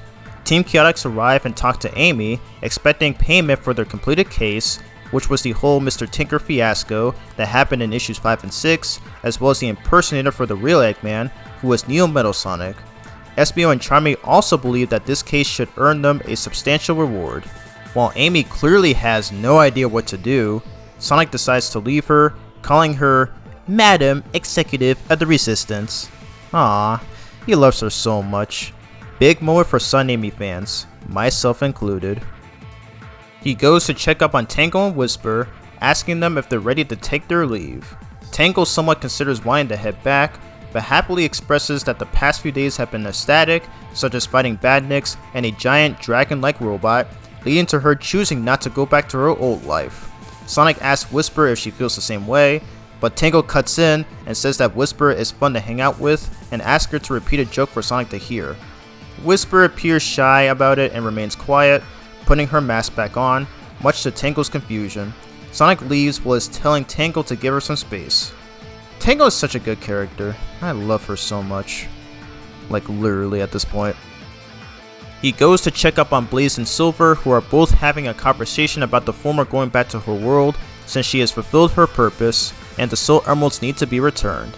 As for Silver, he's going to stay as he feels that a real threat from the future timeline he escaped from has not presented itself yet. See my issue 8 review for more details. Sonic tells Silver to not make it sound so dire as he sees it as an opportunity for them to interact more, which Silver thoroughly agrees with his optimism, and with Blaze basically pointing out that it's typical of Sonic's character. Have to say that I love this moment between the three of them, literally giving me vibes to that Sonic Colors cutscene. Oh boy, here comes everybody's favorite scene in this issue. Sonic sees Rouge chilling on Eggman's beach chair, which he called Private Stash, and thought it wouldn't be fair to let it go to waste. Sonic wonders if Eggy Boy even goes outside at all to have a casual routine, but Rouge states that the doctor primarily uses it as a meticulous cardio regimen, which confirms Sonic's suspicion. He then asks her if she's going back to her spying duties once they return home, and Rouge replies that she's always open to anything as she's a girl of all talents, and how she's currently enjoying this tropical getaway, as well as having another excuse to stare at the Master Emerald, which makes sense to Sonic since he knows Rouge likes to bother Knuckles on her time. He ain't wrong though. As he questions Shadow's departure, Rouge confirms that he has indeed left to screw off to whatever else, and never looked back again, as we already saw him do in the previous issue. Typical Mr. Edgelord. As Sonic takes his leave, he tells Rouge to send Shadow some kind regards, and Rouge agrees to pass it along if she gets the chance, though he might not listen to her. She blew Sonic a kiss! Shadow knows anybody? Jokes aside, I love their interaction. Their conversations always bring me joy every time. Thank you, Sonic Twitter. Lastly, he meets up with Tails, who states that they are ready to take off. The battleship rises and starts to leave Angel Island, as Knuckles watches while he's ore farming. Yeah, Knucklehead, we see the fit. After the takeoff, Sonic congratulates his best buddy for fixing the battleship quickly. Tails remarks that Eggman's tech is notorious to be put together, but is glad they were able to launch it at the very least. Knowing that things can still work out no matter the circumstance, they both give each other a proud thumbs up and hope for a better adventure. We cut back to Dr. Eggface and Starline, who find that Neo Metal Sonic's biodata that was copied from Sonic and Shadow had been corrupted. Eggman notes that while Neo Metal was close to his own goal, he decides not to finish what the robot started and instead conducts a new plan, stating that it's time for a change of pace. The doctor puts Starline in charge of distracting Sonic, which Starline is very honored to carry out the task. Bro is literally fanboying so hard right here. Eggman walks downstairs and finds Rough and Tumble complaining about how they're supposed to use weapons based on the blueprints Eggman previously specified with. Eggman takes the blueprints and switches them to the opposite, and now they understand it. They could have done that the whole time. How are they this dumb? Also, I love how Eggman doesn't even say anything to them. He's so dumb with their crap, and his reaction here mirrors exactly what I said. Poor Eggy Boy has to deal with their antics. Afterwards, he walks into another room with Orbot and Cubot following. He reveals a deadly looking virus contraption through a hologram, which he will use to make the world suffer after he experienced a similar fate during his last setback. This sets up the events of a widely popular arc considered by several fans, the Metal Virus Saga. This issue was, for the most part, a good send-off of the entire Neo Metal Sonic saga that began with issue 1. Throughout the past 11 issues, we got to see every single character up to this point shine with their own abilities, personalities, and humor. This issue does a spectacular job culminating all the previous events into the Battle for Angel Island arc, and ends it with a satisfying conclusion and sets up an all new one. Let's discuss the highlights. Like the last two issues, Tracy Yardley and Evan Stanley partnered with each other to work on the art for this one. This time, the art style changes for a total of 3 times. Evan has drawn the art for pages 1 to 9, Tracy has drawn the art for pages 10 to 17, and Evan comes back one last time for the last 3 pages. I got nothing more to say on this since it's the exact same thing from the last 2 issues, so watch my reviews on them for more information. I will say that I'm glad they addressed a nitpick that I had with issue 11, where I found it off-putting that it switched to Evan's style during the same scene. In this issue, aside from the scene where Sonic and Tails have Metal Sonic chained up in a room on the ship, Evan's style is used mostly on the Eggman subplot, while Tracy's style is used in the main plot. It's like the heroes and villains get their own version of an art style, and I like this approach. It works well, and they don't feel out of place this time. I also love the way Evan draws Eggman. Even after he got his memories back, he still looked very goofy in most instances, like how in this panel where he walks out of a room with a ludicrous smile. And his expressions when he reacts to Rough and Tumble shenanigans are especially priceless. But yeah, other than that, there's nothing more to add on the style changes. They both still look visually wonderful, and I still commend the respective artists for capturing the essence and accuracy of the character designs. Next highlight is Sonic checking in with all of his friends. This is my favorite part of the issue.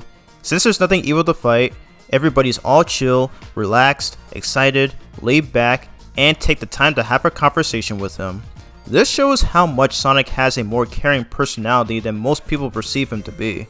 He's more than just a guy that loves adventure, or a guy who's got the attitude, or someone who's the fastest thing alive.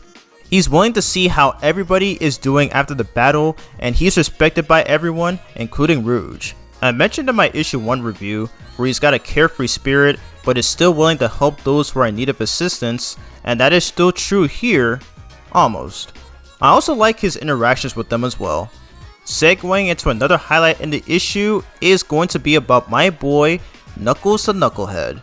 I've already mentioned this numerous times at this point, but I'm a huge fan of IDW's portrayal of this iconic echidna and how he's written similarly to his roles in the Dreamcast era games, and his portrayal here excels on it much more further than in even issue 3.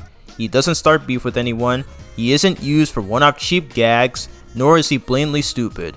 He's smart, obedient, responsible, and self-confident, which is why he sticks to his guns on staying on his home and takes his duty very seriously by protecting the Master Emerald. It seems as though this choice was made in response to a common fan criticism where Knuckles not being on Angel Island to guard the Master Emerald is always questioned and is never explained why it is the case. Here's my response to this. My best guess is that the reason Knuckles isn't seen guarding the Master Emerald in most games after Adventure 2 is because if he knows there's a potential threat, then he might have had no choice but to join Sonic and the gang, which is what he does in games like Sonic Heroes, Sonic Advance 3, Shadow the Hedgehog 05, and Sonic 06. He needed to be there for extra support. Even the TV series such as Sonic Underground and Sonic X exemplify this subject.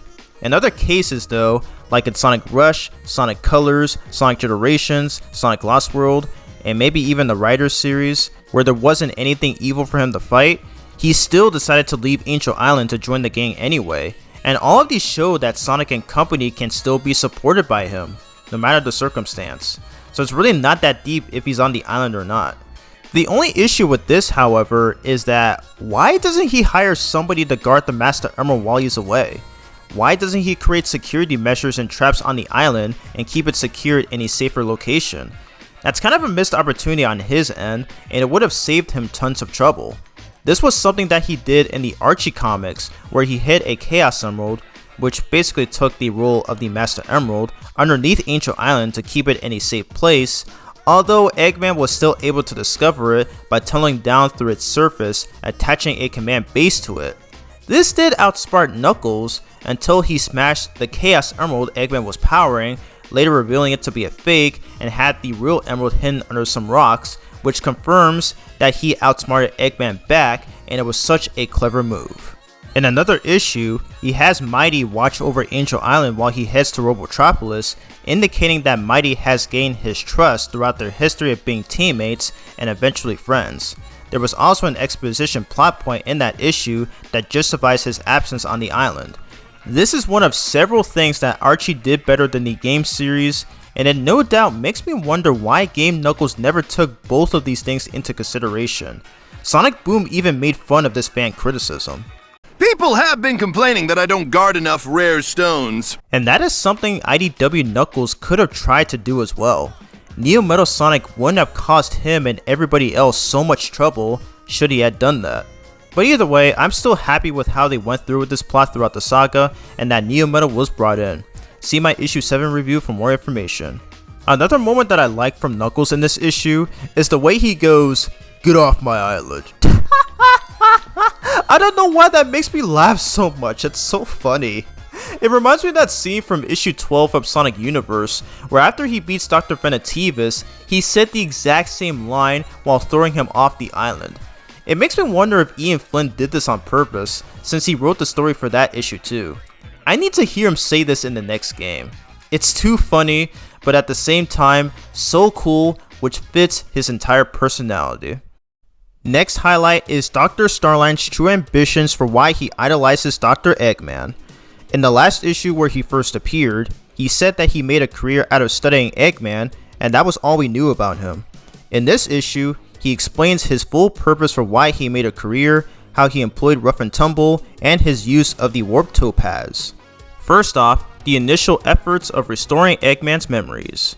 Based on Dr. Starline's information throughout the subplot of the issue, it seems that he was aware of the ongoing conflicts that were committed by Neo Metal Sonic, who was disguised as Eggman at the time. As he mentions in this issue, he found a Warp Topaz, and no, not the Sonic X character Topaz, the gemstone called the Warp Topaz.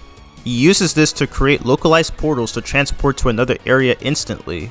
He also discovered during his time of researching that the Warp Topaz needed a power source in order to properly utilize it. At some point after the events of Sonic Forces, Starline discovered that Eggman went missing after the battle. This is when the Topaz comes in handy, and he decides to use it to his advantage to track Eggman down. Starline eventually locates him in Windmill Village, where he sustained memory loss. This may have likely happened after the events of issue 6. However, he needed some assistance in order to remain undiscovered by the Resistance. Using the Warp Topaz, he finds Rough and Tumble rotting in a jail cell and helps them escape, but not before making a deal. They capture Eggman, bring him into the final egg so that he can restore his memories, and they'll earn weapons. Starline tries this process 3 times, but fails miserably. Had it not been for Metal Sonic conveniently showing up at the right place and at the right time, this definitely would not have gone as he had planned. Second off, his extreme loyalty to Eggman.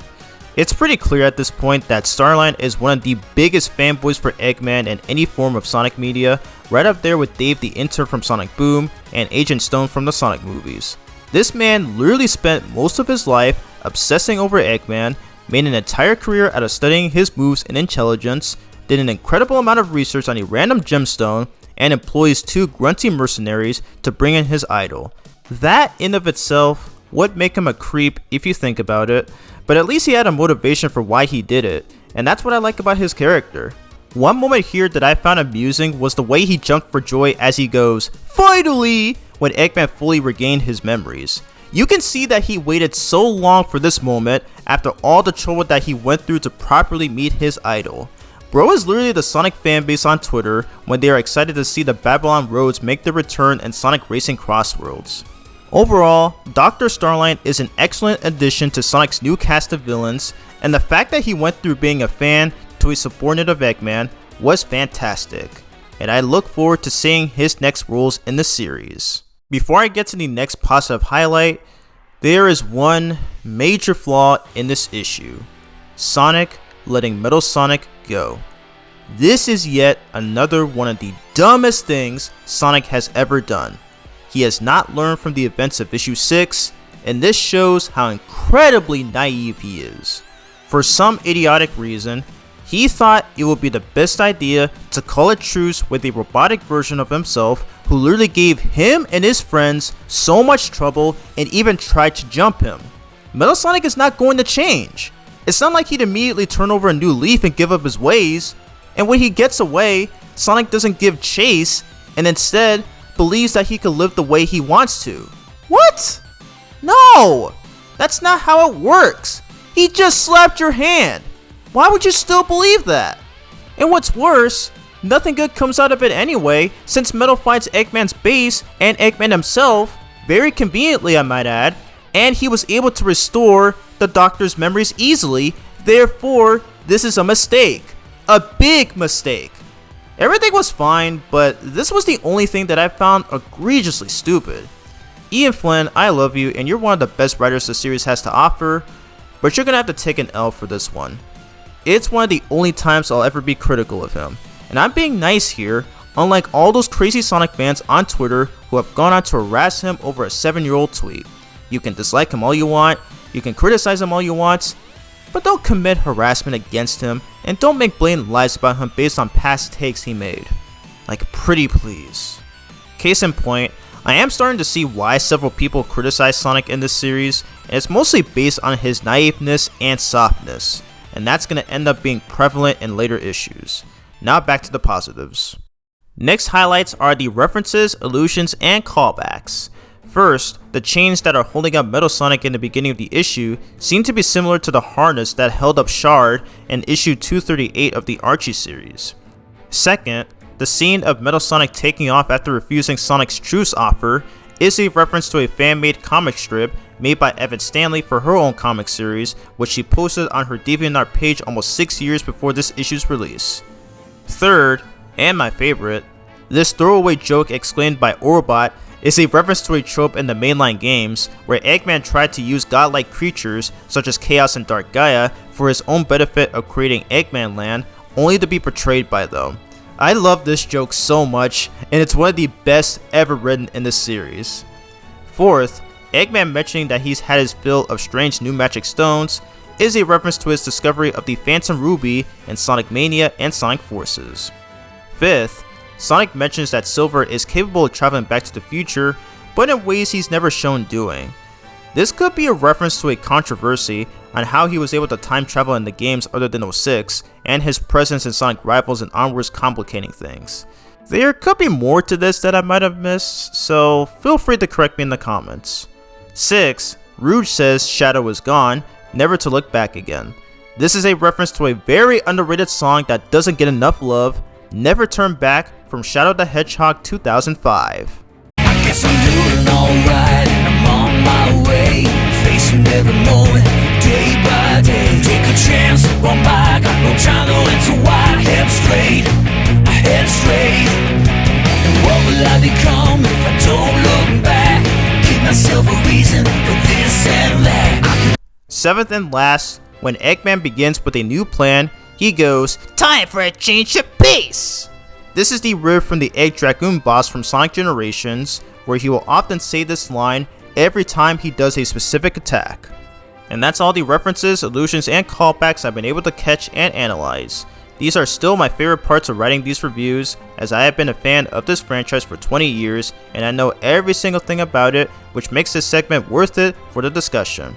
All in all, while this was a good send-off for the Battle for Angel Island saga, it gets points off for Sonic's inept naiveness, and it will lead to very dire consequences in future issues. Those who have read the whole book will know exactly what I'm talking about. For this, I'll be giving it a 5 out of 10. The second lowest score I've given to an IDW Sonic issue, with issue 6 still being the lowest of them all.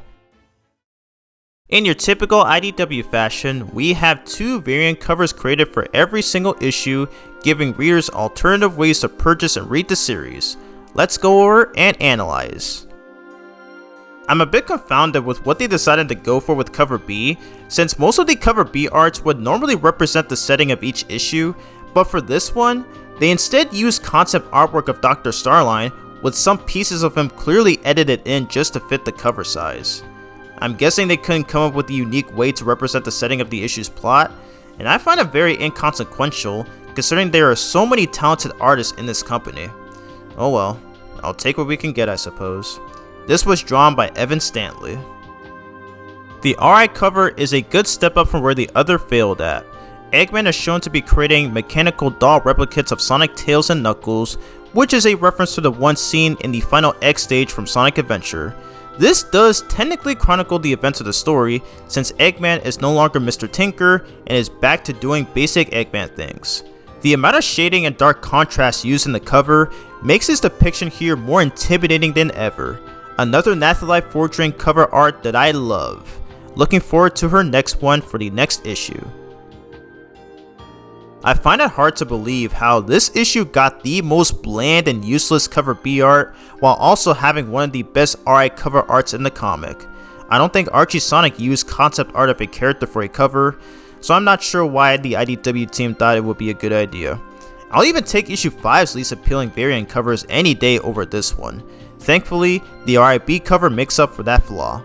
Before I end this video, there is one thing that I want to talk about that obviously has nothing to do with this review, and it's something that has caught my attention after seeing so many posts about it on my Twitter feed. And that is the 80th issue, the most recent IDW Sonic issue that just released at the time of this video. I decided to pick it up off of eBay just to see why everyone on Twitter liked it, why they were posting tons of panels of it, and upon reading it myself, They were not kidding. Big disclaimer, I am currently not caught up with every single issue of the series, as I have still not read the Phantom Riders arc yet, so I don't know the full context that leads up to this point, so no spoilers please. This issue takes place during the most recent arc for the series, Scattered Pieces. I'll be mostly going over the writing of the characters and its art style, and I'll do my best to explain it all in short. The issue features Sonic and Team Chaotix embarking on a quest and are assisted by Shadow and Rouge. This has some of the best writing in the entire series. Team Chaotix still getting more love as they should, Shadow actually being on good terms with everyone around him, doesn't act like an arrogant edgelord, and caring for the safety, and smiling even. The Interceptor bots from Sonic Unleashed are back, Espio and Rouge interacting for the first time since Sonic Rifles 2, Espio karate chopping a keyboard just like what Shadow did in the Shadow 05 game, Charmin getting an epic moment as he should, Vector still being a cool detective, and let's not forget the best panel with Sonuge. I love this. So happy my Sonic Universe issue 2 review from 2019 aged well. And the art by Aaron Hammerstrom, chef's kiss.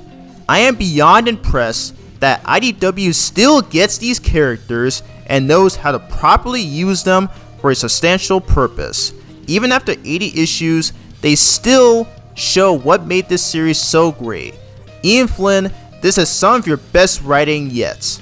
I seriously cannot wait for that graphic novel for this arc to be released next year, and I'm going to be immediately flipping over several pages just to get to this issue and read it over and over and over again. This is without a doubt one of the best issues in the entire IDW Sonic series. It's a shame that it'll be a couple of years before I finally give this issue its full review video, but it was worth the price.